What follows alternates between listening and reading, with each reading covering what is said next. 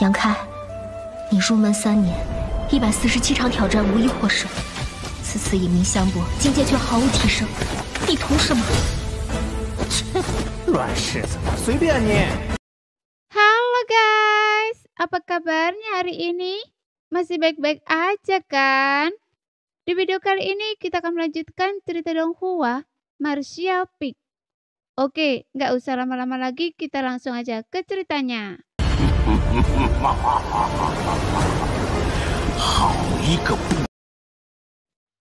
Pada saat ini Zhang Yuan akhirnya tersadar, keringat dingin membasahi dahinya. Ia tak percaya ia baru saja melakukan hal seperti itu. Menatap mata Aio yang dingin, hatinya mencelos. Ia tahu bahwa perilakunya tak akan pernah mendapatkan rasa hormat dari Presiden Aio lagi. Namun dia sekarang adalah murid Zode, jadi tak perlu khawatir tentang Presiden Aio. Dengan pikiran ini, Zhang Yuan sedikit tenang dan berbalik menatap Zode. Sesaat kemudian ia terkejut dan berbisik, "Guru, ada apa dengan Anda?" Dia mendapati Zode berdiri di sana terhuyung dan pucat. Dia tampak lebih lelah daripada setelah memurnikan pil transformasi jiwa primordial. Seolah-olah seluruh energinya telah terkuras. "Kakek, apakah Anda baik-baik saja?" Zhou akhirnya menyadari kelainan Zode dan tak kuasa menahan diri untuk panik. "Tuan!"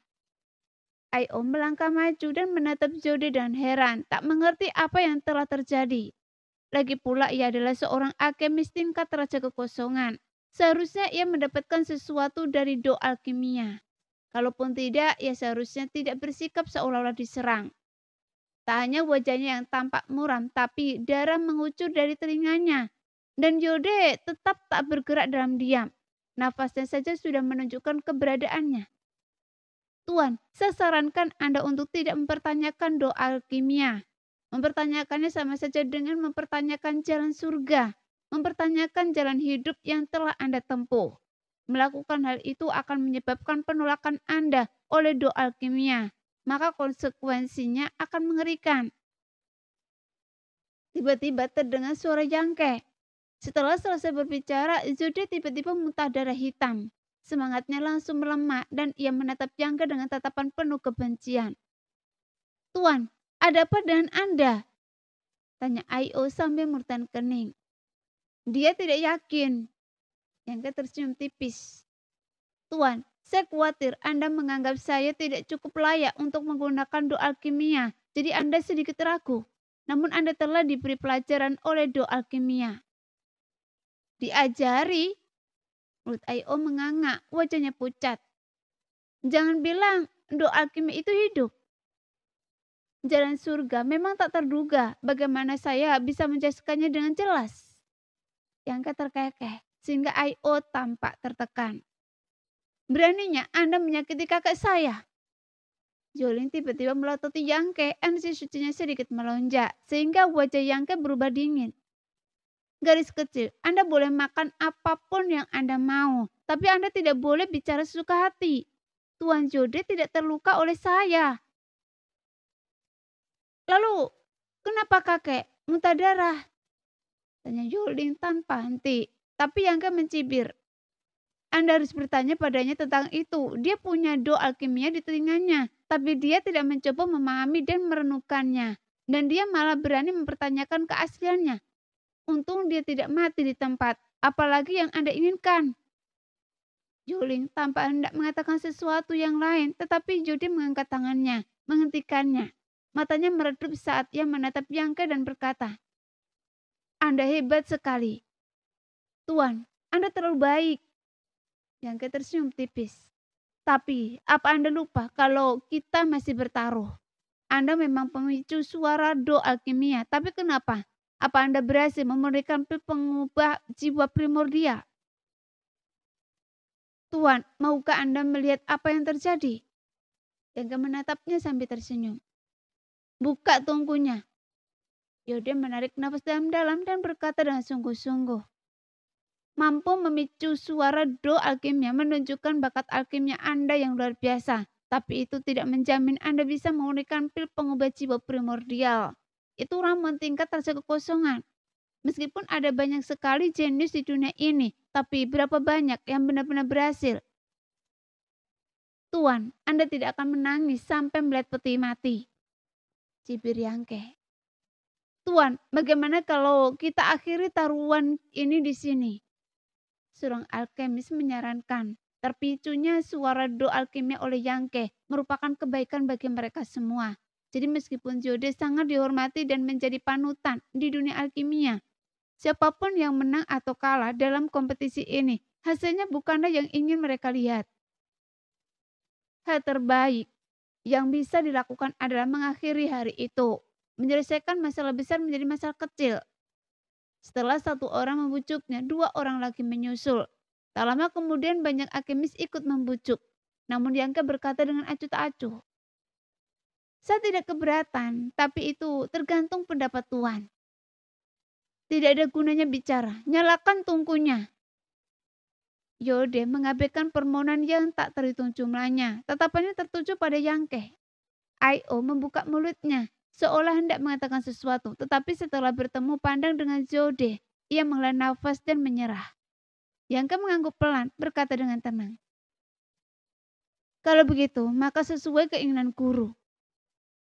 Sambil berbicara, ia mengulurkan tangan dan membanting kuali kekosongan ungu ke tanah. Seketika tutupnya terbuka dan pada saat yang sama aliran cahaya tiba-tiba keluar darinya dan aroma ramuan yang sangat kaya langsung memenuhi udara. "Ini," seru seseorang, matanya tertuju pada cahaya yang muncul tanpa menyadari bahwa Yangke telah menyelesaikan ramuan itu. Alasan mengapa ramuan itu tidak keluar dari awal sepenuhnya karena khasiat obatnya terlalu terbatas. Aroma ramuan spiritual baru tertiup ketika tutup kuali dibuka. Kalah. Yode kalah. Terlepas dari kualitas pil pengubah jiwa primordial yang dimurnikan Yangke, Yode sudah kalah. Lagi pula ia pernah berkata bahwa selama Yangke berhasil, ia akan dianggap kalah. Kemampuannya dalam memurnikan pil pengubah jiwa primordial membuktikan bahwa Yangke benar-benar seorang alkemis tingkat poet kekosongan, sehingga nafas semua orang tercekat. Tatapan mereka dipenuhi fanatisme dan rasa hormat. Tatapan seperti ini seharusnya hanya miliki Yode. Alkemis tingkat raja kekosongan manapun akan menerima perlakuan seperti itu. Saat pil spiritual itu terbang keluar dari kuali, Yode terhuyung, menatap seberkas cahaya dengan tak percaya. Wajahnya tiba-tiba menua. Namun tak lama kemudian ia menggetarkan gigi dan berbisik, "Ini belum berakhir. Apakah ini pil pengubah jiwa primordial masih harus dibuktikan?" "Ya, ini belum berakhir." Yangke tertawa terbahak-bahak, mencetikkan kuali kekosongan ungunya sekali lagi. Tak seorang pun mengerti mengapa ia melakukan ini. Tetapi sesaat kemudian, sesuatu yang tak terbayangkan terjadi. Setelah kilatan cahaya pertama, kilatan cahaya lain melesat keluar dari kuali kekosongan ungu. Dan aroma obat yang bahkan lebih pekat dari sebelumnya memenuhi hidung semua orang. "Dua? Bagaimana mungkin? Dua pil pengubah jiwa primordial dimurnikan sekaligus. Apakah saya bermimpi? Apakah Presiden I.O. memberinya 2 set bahan? Tidak, tidak. Bahkan jika itu 2 set, mustahil untuk memurnikan semuanya sekaligus. Apa yang sebenarnya terjadi?" Para alkemis merasa seolah-olah semua akal sehat yang telah mereka tanamkan dalam pikiran mereka selama bertahun-tahun telah terbalik. Setiap pasang mata menatap kedua kilatan cahaya itu tercengang. Yangke mengeluarkan botol giok yang telah ia siapkan sejak lama. Dengan lambian tangannya, kedua kilatan cahaya itu seolah tertahan oleh sesuatu kekuatan. Dengan patuh mendarat di botol giok dan suara tetesan memancar dari dalam. "Apakah saya benar? Bukankah 2 pil baru saja terbang keluar dari tungku itu? Saya pikir saya juga salah. Apa maksudnya ini?" Untuk sesaat, aula alkimia di lantai 9 dipenuhi bisikan dari para alkemis. Tak seorang pun berani maju untuk meminta memeriksa Elisir, takut apa yang mereka lihat akan mengubah pemahaman mereka. "Tuan, apakah Anda ingin memeriksa pil ini?" Yangga bertanya kepada Yode sambil memegang botol giok. Wajah Yode muram dan ia tetap diam. Tatapannya bingung. Para alkemis juga tetap diam. Biar saya yang melakukannya, kata Aio serius. Melangkah maju dan mengambil botol giok di tangan Yangke. Kalau begitu, saya harus merepotkan Presiden Aio, kata Yangke sambil tersenyum tenang. Aio mengangguk, membuka botol giok dan dengan mata semua orang, sebuah pil obat muncul. Elixir itu montok dan bulat, warnanya bening, aromanya menyegarkan dan menenangkan. Apalagi kalau bukan pil pengubah jiwa primordial. Namun pil transformasi jiwa primordial yang disempurnakan Yangke sedikit berbeda dari yang dibuat Jode. Bahkan sedikit berbeda dari resepnya. Cahaya kemasan yang sama dan pucat masih tersisa di permukaan ramuan itu, menyelimutinya, memberikan kesan mewah dan kaya, dan semua orang merasakan gelombang vitalitas di dalamnya. Bahkan mereka yang kurang familiar dengan alkimia pun tahu bahwa itu adalah ramuan untuk penyembuhan. Melihat itu, para alkemis kebingungan, tidak dapat memahami mengapa dengan bahan yang sama, ramuan Yangke begitu berbeda dari resepnya. Tak satu pun dari mereka menyadari bahwa selama proses pemurnian, Yangke telah meneteskan setetes darah emas murninya sendiri ke dalam tungku. Sebuah ramuan hanya dianggap sebagai ramuan spiritual jika mengandung energi spiritual. Inilah kalimat terakhir dalam penjelasan sejati jalan alkimia. Dan Yangke memahami dari sini bahwa untuk menyempurnakan sebuah ramuan, seseorang harus memiliki agen pemicu ramuan tersebut. Inti batin binatang iblis dapat digunakan sebagai pemicu elixir. Begitu pula darah emas murni seseorang yang bahkan lebih kuat daripada inti batin binatang iblis. Lagi pula darah emas murninya mengandung ki, kekuatan, dan vitalitas darah yang tak terbayangkan. Biasanya, Yangke tidak akan mengorbankan darah emasnya sendiri saat memurnikan elixir. Bagaimanapun darah emas sangat berharga dan secara inheren lebih berharga daripada elixir itu sendiri.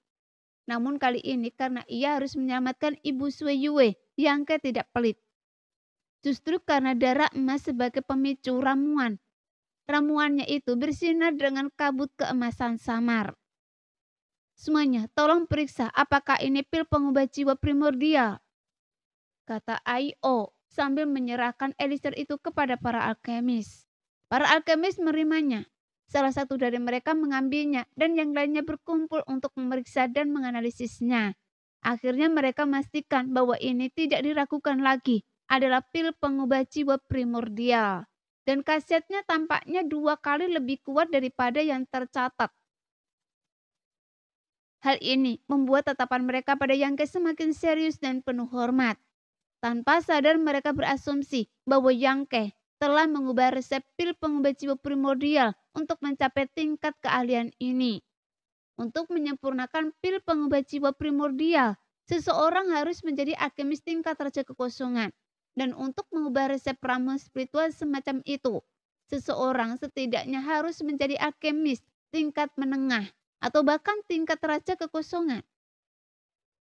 Setiap resep telah diwariskan selama puluhan ribu tahun. Setelah dilewati zaman tak terhitung jumlahnya dan disempurnakan oleh para jenius yang tak terhitung jumlahnya. Betapapun sulitnya mengubahnya. Jadi menyempurnakannya bahkan lebih sulit lagi. Namun hari ini, melihat Yangke, mereka langsung mengerti bahwa Yangke pastilah seorang alkemis tingkat menengah atau tingkat atas raja kekosongan. Jadi pikiran ini mengejutkan semua alkemis karena mereka menyadari bahwa pria ini tidak hanya memiliki tingkat kultivasi yang kuat di alam raja kekosongan tingkat kedua, tetapi juga melampaui semua yang lain dalam alkimia. Mungkinkah ini monster tua yang telah hidup selama puluhan ribu tahun menyamar dan bertransformasi? Kalau tidak, mengingat usianya yang sudah lanjut, bagaimana mungkin ia bisa mencapai tingkat kemahiran seperti itu? Tuan, apakah Anda ingin meriksanya? Aio menatap Jode yang tampak lesu, lalu bertanya. Lagi pula dia sangat tidak senang dengan tindakan dan sikap Jode sebelumnya, tetapi sekarang, melihat alkemis ternama ini dalam kondisi seperti ini, dia merasa sedikit enggan. Bagaimanapun ia adalah alkemis tingkat raja kekosongan. Jika ia tetap dalam kondisi ini selamanya, seluruh wilayah bintang akan rugi. Namun Jode menggelengkan kepalanya perlahan. Kalau begitu, kompetisi ini Saat I.O. hendak mengumumkan hasilnya ketika para alkemis tiba-tiba menjadi cemas. Kemudian seseorang berteriak, "Presiden, masih ada satu elixir, bawalah keluar untuk kami lihat." "Ya, ada apa dengan elixir kedua itu? Mari kita lihat." Semua orang telah menyaksikan dua elixir terbang keluar dari tungku dan tak seorang pun tahu apa yang sedang terjadi. Tapi rasa haus para alkemis akan pengetahuan begitu kuat dan mereka tak akan membiarkannya begitu saja. Sehingga I.O. tak bisa menahan diri untuk tidak menghela nafas dan menatap Jangka dengan tatapan rumit. Ketika ia membuka botol Gio, ia diam-diam melirik pil kedua. Ketika melihatnya dengan jelas, ia begitu ketakutan hingga hampir membuang botol itu. Maka permintaan para alkemis itu membuatnya merasa sedikit canggung. "Anda yakin ingin melihatnya?" tanya I.O. Melihat Yangke tidak menunjukkan tanda-tanda keberatan. "Tentu saja Presiden, tolong berhenti menyembunyikannya." "Oh, sudahlah, lihat sendiri saja." Sambil berbicara, I.O. melemparkan botol Gio itu ke depan. Kemudian seorang pria parubaya berpakaian seperti alkemis dengan cepat menangkap botol itu. Ia mengintip ke dalam dan langsung tersambar petir. Ia membeku di tempat, gemetar hebat. Matanya melebar seolah-olah telah menyaksikan sesuatu yang tak terbayangkan. "Saudara Joe, apa yang terjadi? Katakan pada saya." Melihat ekspresi terkejutnya, seseorang tak kuasa menahan diri untuk mendesaknya. Tapi pria parubaya itu tidak menjawab. "Sialan, biarkan saya melihatnya sendiri." Empat alkemis di sebelahnya menyambar botol Gio itu.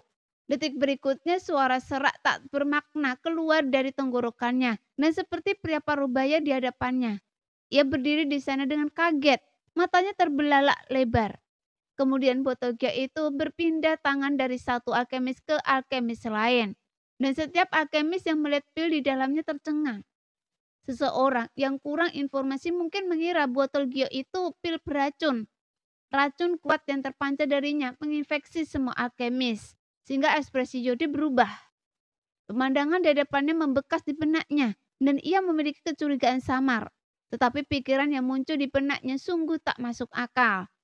Dia gemetar saat melangkah maju, kehilangan jejak sikapnya yang penuh wibawa.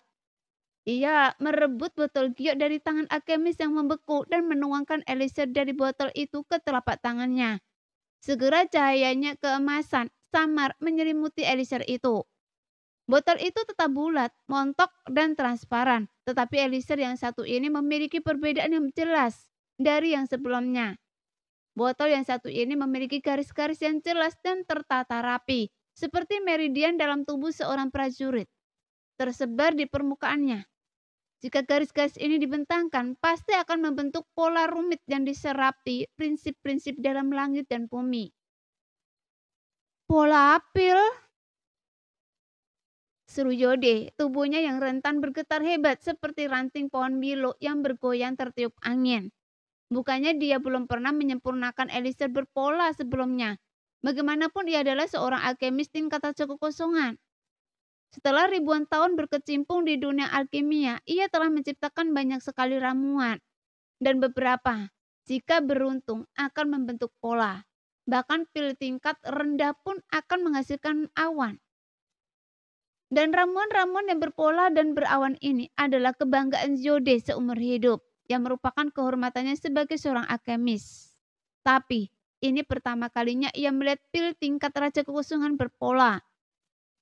Ketika elixir kedua berpola elixir muncul di hadapannya, Jode tahu kekalahannya memang pantas. Yang tidak hanya mampu menciptakan dua pil sekaligus, tetapi salah satunya bahkan berpola. Jadi dia bahkan tidak bisa membayangkan hal seperti itu. Baru pada saat inilah ekspresi menantang di wajah Jode beransur-ansur memudar. Ekspresi cemas menyelimuti-nya. Dia menarik nafas dalam-dalam, memasukkan elixir berpola elixir ke dalam botol Gio dan membungkuk kepada Yangke dan berkata dengan suara berat, "Tuan Yang, keahlian Anda luar biasa. Saya sungguh mengagumi Anda." Yangke menatap Yode dengan sedikit terkejut. Dia tak menyangka Yode akan berkata seperti itu. Ia berasumsi dilihat dari ekspresi enggan dan karakternya sebelumnya bahwa lelaki tua itu tak akan mudah menyerah. Tapi dia tidak pernah menyangka akan seperti ini. Jadi dia mengangguk pelan, kemudian Yang Ke berkata dengan tenang, "Tidak masalah." Melihat perlakuan hormat Jode terhadap Yang Ke, para alkemis lainnya mengepakkan tangan dan berkata, "Salam Tuan Yang, kami memang buta sebelumnya. Mohon maafkan kami jika kami telah menyinggung Anda." Yang Ke tersenyum. Ketidaktahuan bukanlah kejahatan. Sikap murah hati ini semakin membuatnya disayangi orang lain. Lagi pula tak ada lagi yang bisa dikatakan. Yang Ke adalah seorang ahli tingkat kedua alam Raja Kekosongan. Kecakapan bela dirinya termasuk yang terbaik di seluruh wilayah bintang. Ditambah statusnya sebagai alkemis tingkat Raja Kekosongan, tak seorang pun akan membantah klaimnya sebagai sosok paling berharga dan dihormati di seluruh wilayah bintang. Tapi kemurahan hatinya yang luar biasa adalah ketidakpeduliannya yang tak tergoyahkan terhadap tindakan tidak sopan publik. Inilah sikap sejati seorang guru, jauh lebih unggul daripada taktik Jode yang hanya mencari reputasi. Ling minta maaflah kepada Tuan Yang. Setelah mengakui kekalahan, Jode tampaknya telah sepenuhnya mengubah dirinya. Ia tak hanya memperbaiki sikapnya sendiri, ia bahkan menuntut cucunya untuk meminta maaf kepada Yang Ke. Jadi Joling dengan ekspresi enggan, dengan malu-malu, bersembunyi di belakang Jode. Saat Jode hendak menegurnya, tetapi Yang Ke tersenyum. "Anak muda itu naif. Tuan, tolong jangan mempermalukannya. Lagi pula saya tidak tersinggung." Mendengar itu, ekspresi rumit terpancar di mata Jode. Kemudian dia mengangguk dan berkata, "Setelah bertemu Tuan Yang hari ini, saya menyadari banyak kekurangan saya, dan saya berterima kasih atas bimbingan Anda." Setelah jeda sejenak, ia menoleh ke I.O. dan berkata, "Presiden I.O., saya ingin mengasingkan diri selama 1 atau 2 tahun. Setelah ini saya akan memenuhi taruhan yang saya buat dengan Tuan Yang setiap tahun tepat waktu. Saya pamit sekarang." Sambil berbicara, ia mengembalikan ramuan yang telah dimurnikan Yang Ke, dan tanpa menunggu persetujuan I.O., dia membawa Joling keluar. Tapi I.O. tidak menghentikannya, hanya berkata, "Tuan, jaga diri." Dia tahu Jode tidak lagi punya nyali untuk tinggal. Permintaan maafnya yang tulus kepada Yang Ke dan ketenangannya sudah merupakan pencapaian yang langka. Tinggal lebih lama lagi pasti akan terasa tidak nyaman. Lagi pula seseorang setenar Jode selalu harus menjaga harga diri. "Tuan, tunggu saya." Melihat Jode pergi, Zhang Yuan tak berani berlama-lama lagi. Ia berteriak sambil bergegas mengejarnya. Ia selalu menentang Yang Ke, mengejeknya tanpa henti. Tetapi sekarang ia merasakan sakit di perutnya. Jika ia tahu Yang Ke memiliki kemampuan ini, bagaimana mungkin ia bisa begitu buta? Ia sudah berusaha menjilatnya. Menatap sosok Jode yang tampak murung dan menua sehingga Yang Ke mendesah pelan. Kemudian I.O. berpikir sesuatu, melangkah maju dan bertanya, "Tuan Yang, mengapa Anda mendesah?" Setelah menyelesaikan kemampuan alkimia Yang Ke, panggilannya langsung berubah. "Saudara adalah sebutan sayang, tetapi Tuan adalah gelar kehormatan." Ini menandai perubahan besar dalam posisi Yang Ke di hati I.O. Dialah satu-satunya di seluruh wilayah bintang yang mampu memurnikan ramuan tingkat Raja Kekosongan tingkat menengah dengan pola pil. Terlebih lagi dia mendengar bahwa Yang Ke memiliki hubungan baik dengan Sui Yue dan datang ke bintang Sui Yue untuk mengunjunginya. Jadi I.O. sudah mempertimbangkan bagaimana mempertahankan Yang Ke di kamar dagang Heng Luo. Ini tak diragukan lagi lebih berharga 10 kali lipat daripada mendukung Jode. "Saya merasa kasihan pada Tuan Jode," kata Yang Ke dengan tenang. Namun I.O. bingung. Apa artinya ini? "Saya khawatir alkimia Tuan Jode tidak akan pernah berkembang lebih jauh." Yang Ke menggelengkan kepalanya perlahan. Ekspresi I.O. sedikit berubah. Setelah berpikir sejenak, ia tiba-tiba tampak memahami sesuatu dan bertanya, "Apakah itu Do dan Jin yang sebelumnya?" "Iya. Dia meragukan Do Tianjin sebelumnya. Untungnya dia bangun tepat waktu. Jika tidak, kemampuan alkimia Anda akan hancur dan dia akan dikeluarkan dari Do. Tidak akan pernah bisa membuat alkimia lagi." Mendengar itu, I.O. terkejut. Do dan Jin benar-benar memiliki efek seperti itu. Yang Ke tersenyum padanya. Presiden I.O., jika Anda dikeluarkan dari Do bela diri, fondasi Anda akan hancur. I.O. berkata dengan tegas. Jika Do Tianyin dari Do bela diri terdengar, saya tidak akan melewatkan kesempatan itu dan pasti akan memahaminya. Do Tianyin dari Do bela diri terlalu jauh. Yang menggelengkan kepalanya perlahan. Fakta bahwa ia dapat memicu Do dan Yin kali ini adalah sesuatu yang tidak ia duga. Ia tidak pernah membayangkan kejadian seperti itu akan terjadi. Karena lawannya adalah seorang alkemis tingkat Raja Kekosongan. Dan ramuan yang sedang disempurnakannya adalah ramuan tingkat menengah Raja Kekosongan. Yang mengerahkan segenap kemampuannya tanpa banyak berpikir. Ketika ia mengeluarkan semua yang telah ia pelajari dari seni alkimi sejati, ia memicu fenomena surgawi, mengungkap rahasia-rahasia terdalam yang melekat pada hakikat langit dan bumi. Memikirnya kembali, Yang merasa agak luar biasa. Jika ia diminta melakukannya lagi, ia pasti tidak akan mampu membangkitkan Do dan Yin. Tuan, apakah Anda tidak sibuk hari ini?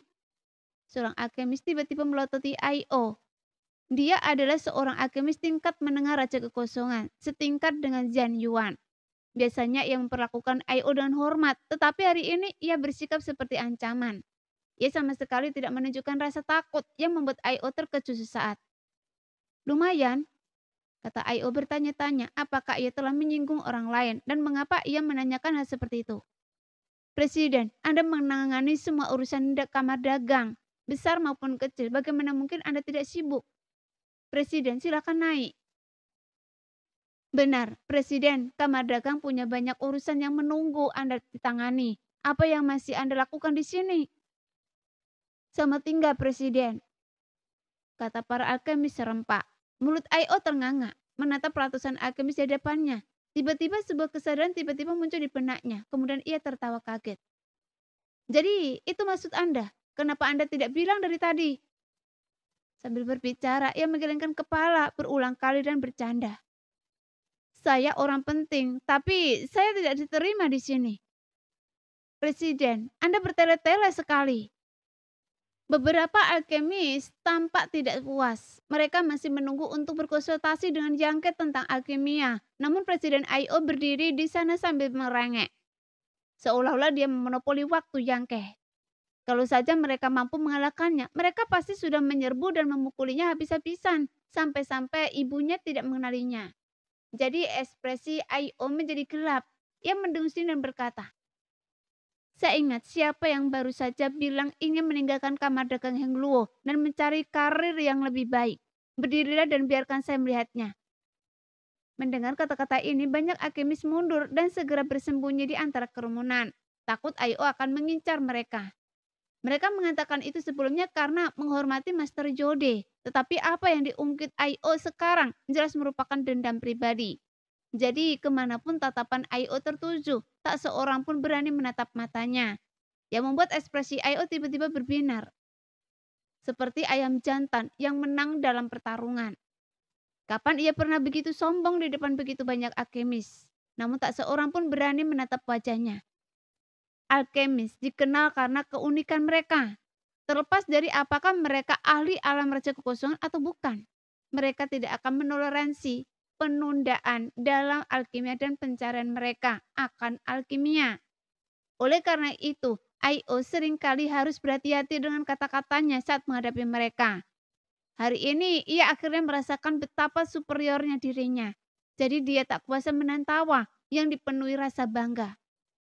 Lumayan, sepertinya kamar dagang berhasil. Kalian semua tahu cara meredakan kekhawatiran saya. Kalian cukup hebat. Presiden, apakah Nyonya Gu baik-baik saja? Bukankah beliau sedang menunggu pil transformasi jiwa primordial? Sebelum suara dari kerumunan sempat menyelesaikan kata-katanya, I.O. bagaikan semburan darah ayam, bergegas keluar menghilang dalam sekejap mata. Sial, ia begitu terhanyut dalam kegembiraannya hingga lupa bahwa istrinya masih menderita dan tak sadarkan diri. Jadi saat ini I.O. merasa sangat bersalah. Si tukang repot itu akhirnya pergi. Sekelompok alkemis tak kuasa menahan nafas lega. Detik berikutnya mereka tiba-tiba mengepung Yang, menatapnya dengan mata berbinar, seolah ingin melahapnya. dengan antusiasme yang luar biasa. Yangke tak kuasa menahan rasa geli di kulit kepalanya. Tanpa menunggu mereka berbicara, ia mengangkat tangan dan berkata, "Semuanya, saya tahu apa yang kalian rencanakan. Baiklah, saya punya waktu sekarang. Jadi bagaimana kalau kalian mencari tempat untuk mengobrol? Mungkin mustahil di sini, dengan begitu banyak rekan alkemis yang sedang merenung. Sekitar 200 alkemis yang telah memperoleh manfaat dari suara do alkimia tetap bermeditasi dengan mata tertutup. Jelas telah memperoleh banyak manfaat.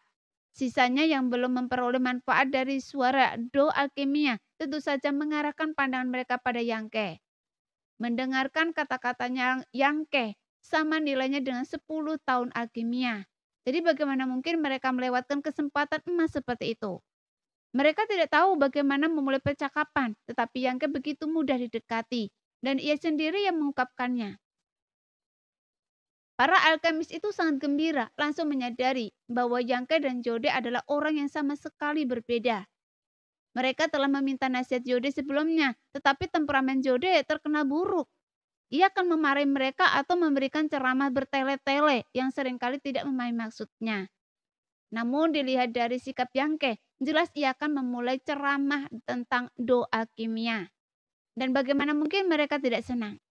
Seseorang langsung menyarankan, "Ayo naik ke lantai 8, lantainya sedang sepi." "Baiklah," Yangke mengangguk. "Tuan Yang, silahkan." Sekelompok alkemis memberi isyarat serempak dengan hormat, agar siapapun yang kurang informasi tidak mengira mereka sebagai alkemis yang arogan. Tapi Yangke tidak terlalu rendah hati, baik dalam seni bela diri maupun alkimia. Seorang master adalah orang yang telah mencapai hal-hal hebat. Meskipun ia masih muda, hampir semua orang yang hadir lebih tua darinya. Namun ia jauh lebih unggul dalam seni bela diri maupun alkimia. Dan kerendahan hati yang berlebihan akan dianggap munafik. Maka ia memimpin menuju lantai 8, sehingga sekelompok alkemis mengikutinya dengan tertib di belakangnya. Suasana di lantai 8 aula alkimia mirip dengan lantai 9. Meskipun api bumi tidak sekuat itu, semua orang duduk bersila di aula, menghadap Yangke mendengarkan saat ia menguraikan rahasia alkimia. Sebelumnya, Yangke akan kesulitan menjelaskan doa alkimia kepada begitu banyak alkemis, bahkan jika keahliannya benar-benar unggul. Mengetahui cara membuat alkimia adalah satu hal, menjelaskannya kepada orang lain adalah hal lain. Membutuhkan tingkat kultivasi yang sangat tinggi. Namun sekarang segalanya berbeda. Do alkimia terngiang di telinga Yangke sepanjang hari. Wahyu-wahyunya membakar rahasia alkimia ke dalam pikiran mereka seperti sebuah tanda. Sehingga pemahamannya tentang do alkimia telah mencapai tingkat baru yang belum pernah terjadi sebelumnya dalam sejarah. Jadi menjelaskan dan menyelesaikan keraguan para alkemis tingkat raja kekosongan. Dan kekosongan ini sekarang menjadi hal yang mudah. Selama 3 hari, Yangke berceramah tentang do alkimia, membahas segala hal mulai dari memilih bahan obat dan membedakan resep yang baik, hingga memurnikan cairan, mengendalikan panas, menciptakan formasi spiritual, hingga teknik pengumpulan pil. Yang membuat para alkemis terpesona, tak menyadari berlalunya waktu. Sesekali seseorang akan terkejut, tampaknya pertanyaan-pertanyaan mereka yang telah lama terpendam tiba-tiba terjawab hanya dengan satu instruksi dari Yangke. Yangke sendiri sangat diuntungkan. Dengan menguraikan do alkimia bersama para alkemis ini, ia memperoleh pemahaman yang lebih mendalam tentang segala sesuatu yang telah terpatri dalam benaknya oleh do suara alkimia. Awalnya ia sesekali merenung sendiri, tetapi kemudian ia berbicara tanpa henti, tanpa gangguan. Semua yang ia jelaskan mengandung rahasia yang tak pernah bisa dipahami oleh para alkemis biasa, bahkan setelah berusaha seumur hidup.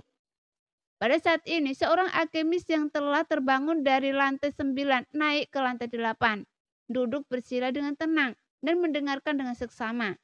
Setelah mengalami do suara alkimia, mereka sekali lagi mendapatkan manfaat yang luar biasa dari Yangke. 3 hari kemudian, ke-500 alkemis di seluruh lantai 8 duduk di hadapan Yangke, menatapnya dengan khidmat.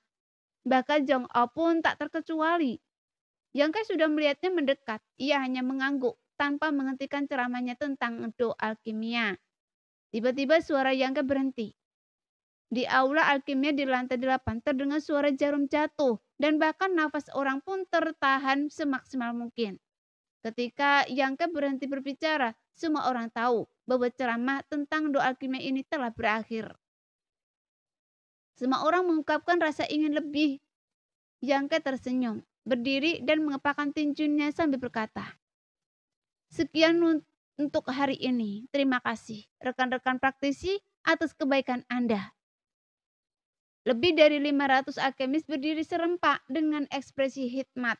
Mereka menggenggam tinju dan membungkuk serentak dan berkata, "Tuan Yang, terima kasih atas bimbingan Anda. Tuan Yang, Anda telah bekerja sangat keras." Yang tertegun sejenak, tetapi segera kembali tenang. Berkat nasihat Yode yang tak disengaja bertahun-tahun lalu, Zhang Yuan selalu menganggap dirinya murid, menyebut Yode sebagai mentornya. Setelah mengajar lebih dari 500 alkemis tentang 3 hari alkimia kali ini, ia dapat dianggap sebagai mentor mereka, membimbing mereka dalam studi mereka. Namun tanpa izinnya, mereka tidak dapat memanggilnya guru, tetapi mereka dapat menganggap diri mereka murid. Profesi alkemis sangat mementingkan warisan. Kemurahan hati Yangke yang tanpa pamrih dalam berbagi pengalaman dan pemahamannya tentang alkimia dengan mereka, berarti bahwa meskipun hal itu tidak akan memungkinkan mereka mencapai penguasaan instan, itu tidak dilakukan lagi, merupakan bantuan yang besar. Terutama tekniknya yang luar biasa dalam mengumpulkan pil. Jika orang-orang ini dapat sepenuhnya menguasainya, itu pasti akan merevolusi alkimia di seluruh wilayah bintang. Lagi pula, para alkemis secara tradisional percaya bahwa satu bahan hanya dapat menghasilkan satu pil obat. Namun dengan teknik unik ini, satu bahan dapat menghasilkan 2 atau 3, atau bahkan 4 atau 5 pil obat. Ini akan secara signifikan mengurangi biaya alkimia dan meningkatkan hasil pil obat. Jika teknik ini tersedia secara luas, para prajurit di seluruh wilayah bintang tidak perlu lagi khawatir kehabisan pil obat. Bagaimanapun, mulai sekarang, lebih dari 500 alkemis di atas tingkat Raja Suci ini dianggap sebagai murid Yangke. Bahkan Youao pun tidak terkecuali. Ini tidak dilakukan lagi, merupakan kekuatan yang akan mengguncang seluruh wilayah bintang. Siapa yang bisa menjamin berapa banyak dari 500 orang ini yang pada akhirnya akan naik ke tingkat Raja Kekosongan? Meskipun Yangke tidak berpura-pura, tetapi malah menanggupkan tinjunya dan berkata, "Sama-sama. Tuan Yang, sesuatu yang Anda katakan sebelumnya sangat mengkhawatirkan saya. Saya punya pertanyaan, tetapi saya tidak yakin apakah saya harus bertanya," kata seorang alkemis yang tampak seperti wanita parubaya yang cantik, menatap Yangke sambil tersenyum. "Nyonya, silakan bertanya apapun yang Anda miliki. Jika saya bisa menjawabnya, saya tidak akan ragu," jawab Yangke sambil tersenyum. "Kalian semua harus percaya pada karakter Tuan Yang. Hanya saja sebelum Tuan berkompetisi dengan Tuan Zode dalam alkimia, Tuan pernah mengatakan bahwa ada seorang alkemis yang keahliannya lebih baik daripada Tuan Zode dan bahkan melampaui Tuan. Ini jadi tidak mungkin, benar kan?" Begitu kata-kata itu keluar, seseorang langsung menimpali. "Ya, saya juga mendengarnya. Tetapi bagaimana mungkin hal seperti itu terjadi? Keahlian alkimia Tuan Yang telah mencapai kesempurnaan. Siapa di dunia ini yang dapat melampaui Anda dalam alkimia?" Tuan Yang hanya mengatakannya dengan santai saat itu, dan Tuan mempercayainya. Ini bukan ucapan yang asal-asalan. Yang tersenyum dan menggelengkan kepalanya. Memang ada orang seperti itu di dunia ini yang mencapaiannya dalam alkimia lebih baik daripada saya. Mustahil ada orang seperti itu. Tuan Yang, Anda terlalu rendah hati. Sekelompok alkemis di bawah mulai berdebat, sama sekali tidak ingin mempercayai apa yang dikatakan Yangke. Mereka semua merasa bahwa Yangke mengatakan hal seperti itu karena kerendahan hati. Lagi pula semua orang sudah cukup paham dengan temperamen Yangke. Ia ramah dan tanpa basa-basi. "Bukankah saya merendah?" kata Yangke tegas. "Sulit untuk mengatakan situasinya sekarang. Mungkin saya sedikit lebih kuat dari orang itu, tetapi dia jelas lebih kuat dari saya di masa." "Siapa orang ini?" Para alkemis terkejut. Dilihat dari ekspresi Yangke, mereka tahu dia tidak melebih-lebihkan dan mereka tidak ingin tahu siapa orang itu. Setahu saya, kemampuan alkimia Master Jode termasuk yang terbaik di seluruh bidang bintang. Bahkan jika ada yang bisa menyaingnya, mereka tidak akan pernah bisa melampauinya. Orang yang dibicarakan Master Yang. Jangan menebak-nebak semuanya. Orang itu tidak terkenal. Dia salah satu kakak perempuan senior saya, sama seperti saya. Sosok yang tidak dikenal. Jelas Yangke. Kakak perempuan senior Tuan Yang. Pantas saja dia begitu terampil. Mungkinkah Tuan Yang berasal dari sekte alkimia? Karena keduanya telah mencapai tingkat raja kekosongan. Tuan Yang, di mana sekte Anda? Bolehkah saya menjadi murid Anda? Mendengar kata-kata ini, para alkemis menatap Yangke dengan penuh semangat. Sekte yang mampu melahirkan 2 alkemis tingkat raja kekosongan tak diragukan lagi, merupakan tempat suci yang dihormati oleh semua alkemis. Jika mereka bisa menjadi murid sekte itu, bagaimana mungkin prestasi mereka di masa depan akan begitu rendah? Jadi semua orang hanya punya satu pikiran, mencari tahu di mana guru Yangke berada. Sekalipun mereka tidak bisa menjadi murid, mereka masih bisa mengamati dan mungkin belajar sesuatu. Tapi Yangke tertawa terbahak-bahak. Jika Presiden I.O. mendengar apa yang Anda katakan, dia tidak akan membiarkan saya pergi. Jika I.O. tahu bahwa 500 lebih alkemis ini semuanya ingin bergabung dengan sekte Lingso, ia pasti akan bertekad untuk melawannya.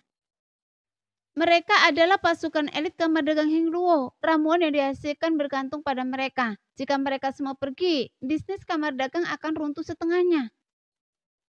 Jangan bicarakan ini lagi. Jika ada kesempatan di masa depan, saya mengundang kalian semua untuk berkunjung. Sekian untuk hari ini. Kalian semua harus mundur dan bermeditasi. Nah, sekian dulu cerita kali ini. Kita lanjut lain hari ya guys ya. Bye-bye.